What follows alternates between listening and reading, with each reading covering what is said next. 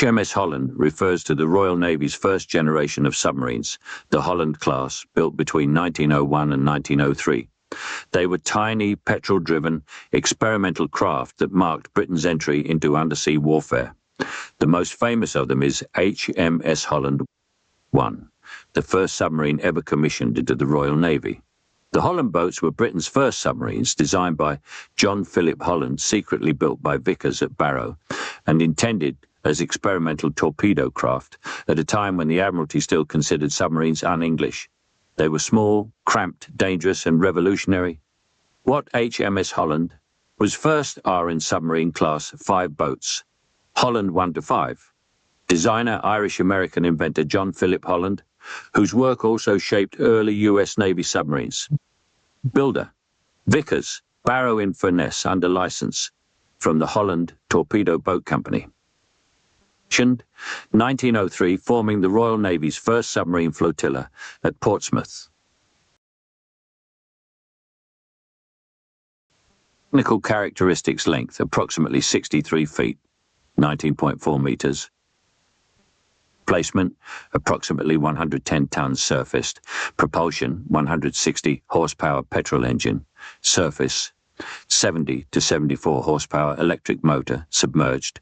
Speed 8 knots surfaced, 7 knots submerged. Armament 1 bow torpedo tube, 14 to 18 inch depending on boat, carrying 2 to 3 torpedoes. These were midget submarines by later standards, barely more than metal cigars with engines. Built in secrecy, the Admiralty tried to keep the Holland program secret.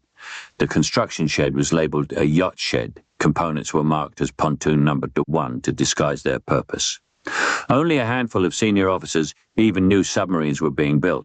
This secrecy helped create the later myth that the Admiralty ignored submarines, when in fact they were quietly preparing for them. Early service and trials. Holland boats formed the first submarine flotilla, commanded by Captain Reginald Bacon. Their early trials demonstrated the ability to sink warships in exercises, the tactical shock value of underwater attack, the extreme vulnerability of early submarines to mechanical failure and petrol fumes.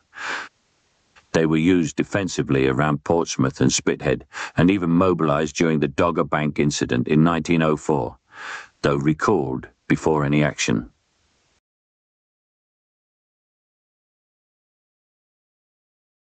Dangers and incidents. Early submarine life was hazardous.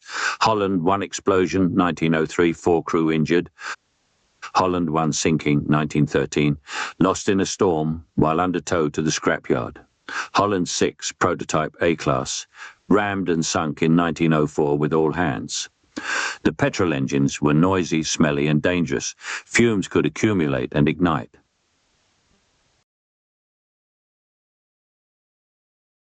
Why they mattered. The Holland boats proved that submarines were viable combat weapons capable of stealthy torpedo attack, essential for future naval strategy. Their success led directly to the A-class, B-class, and eventually the fully British-designed submarine lineage. Life aboard Holland 1 was unlike life on any later Royal Navy submarine. It was claustrophobic, petrol-stinking, nerve-tightening, and astonishingly intimate to a handful of men sealed inside a metal tube barely larger than a railway carriage.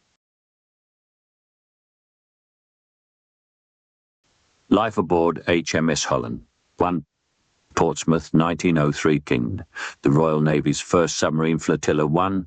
The space, a metal tube with no privacy. Inside Holland 1, everything was within arm's reach. The petrol engine dominated the aft compartment. Single torpedo tube sat in the bow like a giant steel throat. Batteries lined the floor. Pipes, valves, and gauges crowded every surface. There was no galley, no bunks, no heads, and no real seating. The crew perched on battery boxes, leaning against machinery that vibrated constantly. Every movement had to be choreographed. If one man stood up, another had to shift aside. Smell.